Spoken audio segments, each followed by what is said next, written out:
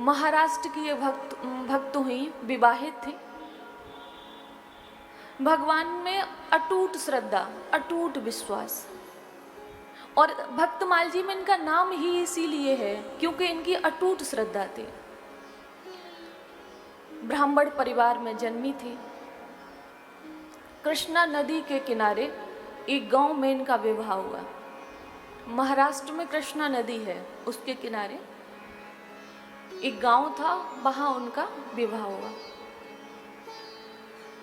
अब ये देखिए, मैंने एक दिन निवेदन किया था कि कष्ट भक्तों के जीवन में आते हैं। ऐसी सती साध्वी स्त्री के जीवन में अपार संकट, सारे दिन काम करती और उसके बाद भी अपनी सासू माँ की 10-20 गालियां सुनती। और इतना ही नहीं, कभी कभी मारती भी। और आप लोग पढ़िएगा उनके चरित्र को तो मैं तो शब्दों से बोल भी नहीं पाऊंगी कि जो उनकी मारने की स्थिति उसमें लिखी हुई है। उनके भोजन की किसी को परवाह नहीं थी, खाने की किसी को परवाह नहीं थी। काम सारे दिन कराना, उसके बाद उनको अपशब्द कहना, मारना पीटना, ये था उनके साथ में। ईश्वर को कभी उन्होंने दोष नहीं दिया। शायद ये मेरे भाग्य में है, क्योंकि जो भक्त होता है कि वो जानता है कि जीवन में परेशानी इंसान के कर्मों से ही आती है, भगवान किसी को नहीं देते हैं। और इस संसार में जो जिसको कष्ट देता है या तो वो प्रारब्ध से जुड़ा होता है, और अगर नहीं जुड़ा है तो आने वाले जन्म में वो इंसान उसको कष्ट देगा, ये तय है। लेकिन आज मुझे एक बड़े अफसोस के साथ कहना पड़ेगा, मैं ये नहीं कहती हूँ कि हर सासू माँ ऐसी है, मैं ये नहीं कहती हूँ, लेकिन जो लोग हैं ऐसे उनके लिए मैं कह रही हूँ, आपको अपनी बेटी का दर्द है, बहुओं का नहीं। वो बहू भी तो किसी की बेटी है। अगर ये तकलीफ आपकी बेटी को दी जाए तो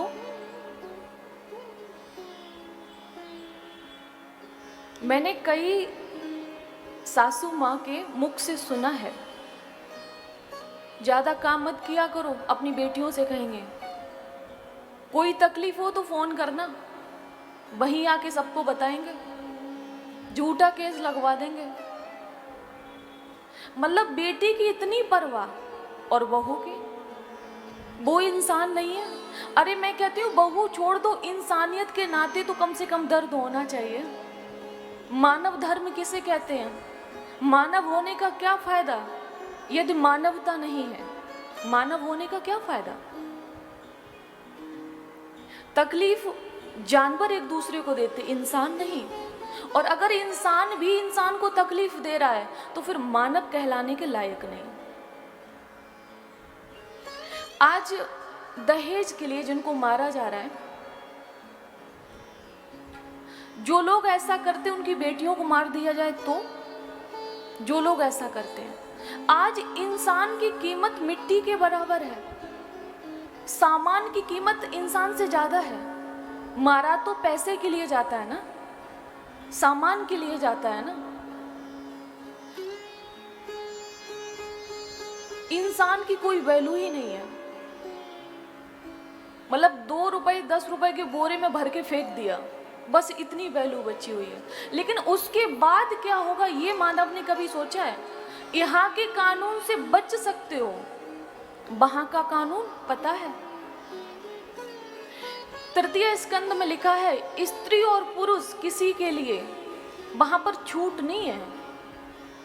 जितनी सजा एक पुरुष को मिलती है उतनी ही सजा स्त्री को मिलती है। वहां पर छूट नहीं है। यहाँ पे कहते लेडीज फर्स्ट, वहां पर फर्स्ट और सेकंड नहीं है। जो जैसा कर्म करेगा उसे वैसा फल मिलेगा और भुगतना पड़ेगा, इससे कोई बच भी नहीं सकता। तो आज सखूबाई को इतना कष्ट दिया जा रहा, और लेकिन उन्होंने भगवान से कभी शिकायत नहीं की।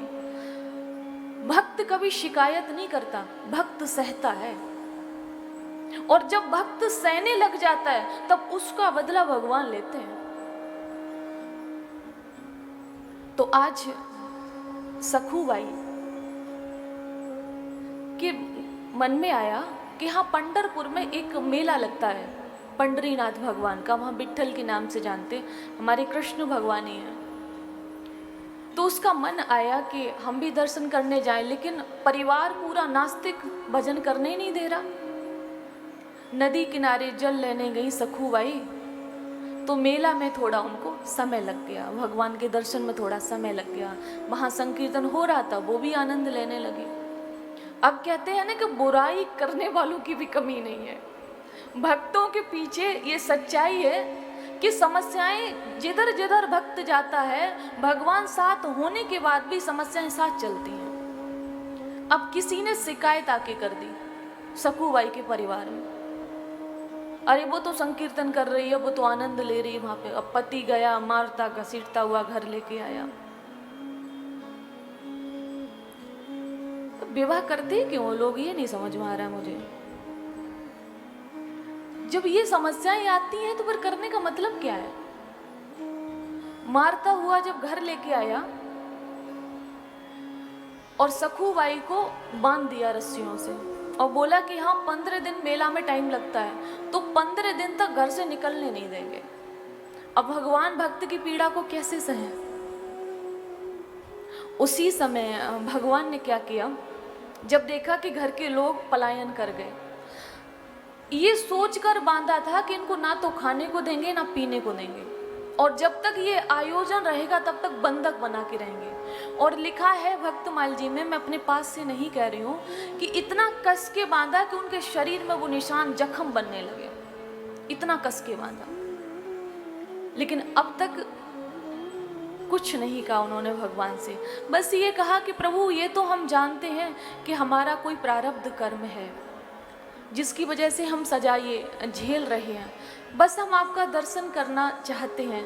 और अगर मैं आपके दर्शन की योग्य नहीं हूँ तो कोई बात नहीं, अगर मैं योग्य हूँ तो मुझे बंधन से छुड़ाओ और अपना दर्शन दो। अब जब कहते हैं ना कि जब पीड़ित भाव से पुकारो, तो कहते हैं, लिखा है उसमें कि भगवान बैकुंठ का सिंहासन हिलने लगा जब उन्होंने आर्त भाव से पुकारा कि प्रभु अगर मैं आपके काबिल नहीं हूं तो कोई बात नहीं, अगर मेरी आंखें में ये सामर्थ्य नहीं कि हम आपका दर्शन कर सकें, इतनी शुद्ध इतनी पावर नहीं, तो कोई बात नहीं, अगर थोड़ी भी जगह है मेरे दिल में आपके लिए तो मुझे दर्शन दो, मुझे मेरा बंधन छुड़ाइए प्रभु। उसी समय भगवान एक स्त्री का रूप बना के आए। देखा कि घर के लोग इधर उधर हैं, तो सखूबाई से कहा कि चलो हम मेला देखने चल रहे हैं, तुम नहीं चलोगे। सखूबाई ने कहा कि देखो हम रस्सियों से बंधे पड़े हैं, हम कैसे जाएं। तो उसने कहा कि सखी एक काम करो, तुम चली जाओ और ये रस्सियां हम अपने आप में बांध लेते हैं, क्योंकि वैसे भी तुम्हें खाने पीने को तो दिया नहीं जाता है, तुम्हारे पास कोई आता तो है नहीं, अकेले में एकांत में कोने में बांध के तुम्हें डाल दिया गया है। तो उसी समय कहते हैं कि उस स्त्री के रूप में कृष्ण भगवान ने अपने आप को बांध लिया और सखूबाई को जाने दिया। अब सखूबाई विट्ठलनाथ का दर्शन किया, दर्शन करके वो सारी दुनियादारी भूल गई। उन्होंने मन में विचार किया कि अब ये शरीर छूटेगा, हम तभी यहाँ से जाएंगे, अब घर वापस नहीं जाना। उनको वैराग्य आ गया, अब इधर बंधे कौन पड़े हैं भगवान, और उधर वो संकीर्तन का आनंद ले रही हैं। देखिए भगवान का भी एक अपना आनंद है, खुद बंधे पड़े हैं और भक्त को छुड़ा दिया। अब वहां पर एक दिन क्या हुआ कि ध्यान करते करते सखूबाई का शरीर भी शांत हो गया। अब परिवार में तो किसी को मालूम नहीं था। जब किसी ने देखा कि संकीर्तन करते करते तन्मय होकर किसी स्त्री ने अपने शरीर का त्याग कर दिया, तो वहां पे शोर मच गया। शोर मचा तो एक गांव के पास का कोई सखूबाई को पहचानता था। अब उस समय फोन का तो टाइम नहीं था, पत्र का इतनी जल्दी भी पत्र पहुंचने वाले नहीं थे, उसने उनका दाह संस्कार कर दिया। अब 2 दिन हो गए, रुक्मिणी मैया ने देखा कि ये तो मर के स्वर्ग से धार गई, पति हमारे बंधक बने पड़े हैं, अब हमारा क्या होगा। वो शमशान में गई और हड्डियों को बटोरा और उनको पुनः जीवित किया। अब भगवान ईश्वर क्या नहीं कर सकता है। भगवान वही कर सकते जो हम और आप नहीं कर सकते। भगवान वो कर सकते हैं। उन्हें पुनः जीवित किया और जीवित करने के बाद में उनसे कहा कि तुम्हारी इच्छा थी कि पंडरीनाथ भगवान के सामने अपनी देह का त्याग करेंगे, तो तुमने अपनी देह का त्याग कर दिया। अब ये तुम्हें दोबारा शरीर मिला है, अब तुम अपने घर जाओ, हमारे पति को छुड़ाओ जाएगा। बहुत दिन हो गए उनको बंधे पड़े, हम यहाँ पे अकेले हैं। अब सखुबाई जैसे ही नदी के किनारे आई, भगवान तो जानते थे, भगवान वो मटका लेके जो जल भरते हैं ना, कलश, वो लेके किनारे पे आई। सखुबाई को अब तक नहीं बताया कुछ भी, ऐसा बुद्धि उनका कर दिया कि उन्होंने कलश लिया और वो घर भर के लेके आई, और इधर वो भगवान अदृश्य हो गए वहां से। अब सखुबाई जब घर पे आई तो घर में किसी को पता ही नहीं चला कुछ भी। पति ने देखा कि बहुत दिन हो गए, उसी तरह वो बंधक बना दी गई, जैसी स्थिति थी वैसी हो गई, सखुबाई को कुछ पता नहीं है। अब एक दिन जब उनके पति को तरस आया, सोचा कि अगर ये, वो भी तरस क्यों आया, समाज के भय से। हम तो उन लोगों से ये कहते हैं जो समाज के भय से कुछ अच्छे कर्म करते हैं, इससे अच्छा तो तुम जैसे हो वैसे ही बने रहो। सखुबाई का तरस नहीं था, उसमें लिखा है कि समाज के भय से उनको बंधक जो बना रखा था उसको छुड़ाना चाहा, कि अगर ये मृत्यु को प्राप्त हो गई तो समाज क्या कहेगा। बताओ, ये चिंता नहीं थी कि अगर ये मर गई तो भगवान की अदालत में क्या होगा, ये डर नहीं था। डर क्या था कि समाज क्या कहेगा। और हम कहते हैं एक बार को समाज से मत डरो, उस अदालत से डरो। यहाँ तो तुम जैसे तैसे बचा लोगे अपने आप को, वहां से नहीं बचा पाओगे। और जो वहां से डरेगा वो कभी पाप नहीं करेगा। मैंने कहा ना, ईश्वर की अदालत में दर्जा बराबर होता है। वहां गरीब हो अमीर हो उससे फर्क नहीं है, लेकिन भक्ति से संपन्न कौन है ये देखा जाता है। भक्ति संपन्न कौन है। तो समाज के भय से उनको बंधन मुक्त किया है। आगे ईश्वर की प्राप्ति हुई, परिवार भी उनका थोड़ा अच्छा हो गया। लेकिन उस कथा को बताने का क्या मतलब है, पूरा जीवन जब उनको कष्ट दिया गया।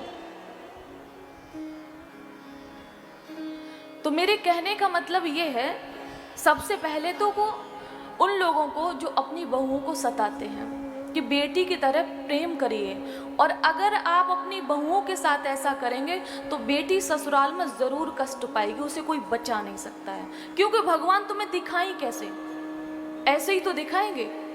दूसरे को पीड़ा देने का फल क्या होता है ये तुमको पता कैसे लगे। कहते हैं ना, लाखों महफिल जहां में है यूं तो तेरे महफिल सी महफिल नहीं है।